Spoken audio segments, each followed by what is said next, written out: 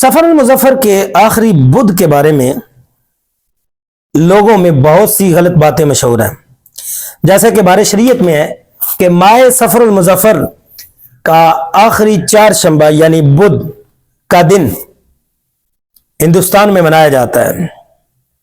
لوگ اپنے کاروبار بند کر کے سیر و تفریح اور شکار کے لیے جاتے ہیں، پوریاں پکتی ہیں، خوشیاں منائی جاتی ہیں اور کہتے ہیں کہ اس روز سرور عالم صلی اللہ علیہ وسلم کو بیماری سے افاقہ ہوا تھا اور آپ نے غسل صحت فرمایا تھا۔ اسی مناسبت سے بعض لوگ اس دن چوری روزہ بھی رکھتے ہیں اور کہتے ہیں کہ چوری روزہ خوشی کی وجہ سے، اور محبوب کریم علیہ الصلوۃ والسلام غسل صحت فرما کے بیرون مدینہ سیر کے لیے تشریف لے گئے تھے۔ یہ سب باتیں بے بنیاد ہیں۔ ان دنوں حضور صلی اللہ علیہ وآلہ وسلم کے مرض میں شدت کے ساتھ اضافہ ہوا تھا، مرض میں شدت ہوئی تھی، بڑا تھا مرض، نہ کہ آپ کو افاقہ ہوا تھا۔ تو ناظرین، یہ نظریہ رکھ کر آخری بدھ کو کچھ پکانا یا اس نیت سے روزہ رکھنا کہ محبوب کریم علیہ الصلوۃ والسلام کو صحت ملی تھی، تو یہ بے بنیاد ہے، اس کا کوئی اصل کے ساتھ تعلق نہیں ہے۔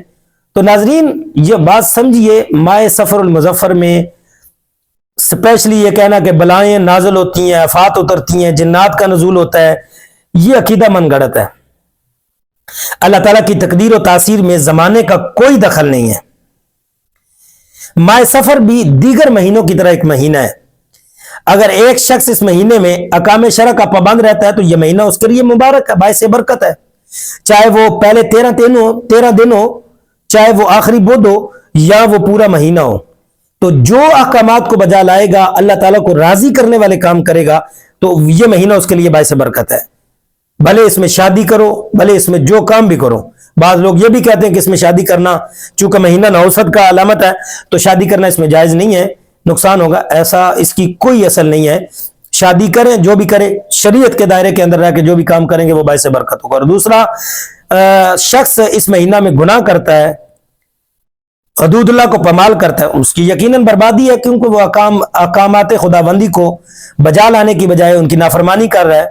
تو نحوست کا تعلق ہمارے اعمال بد اور اعمال نیک کے ساتھ ہے، ہمارے کردار، ہماری سیرت کے ساتھ ہے۔ اگر ہم قرآن و سنت کے مطابق زندگی گزاریں گے تو کوئی لمحہ، کوئی دن، کوئی گھڑی ہمارے لیے منحوس نہیں ہوگی۔ لیکن اگر ہم احکامات خداوندی سے ٹکرا لیں گے، انہیں نافرمانی کریں گے اللہ رسول کی، تو یقیناً ہر لمحہ ہی ہمارے لیے نحوست ہوگا۔ اللہ رب العزت کی بارگاہ میں دعا کریں کہ اللہ رب العزت ہمیں عمل کی توفیق عطا فرمائے۔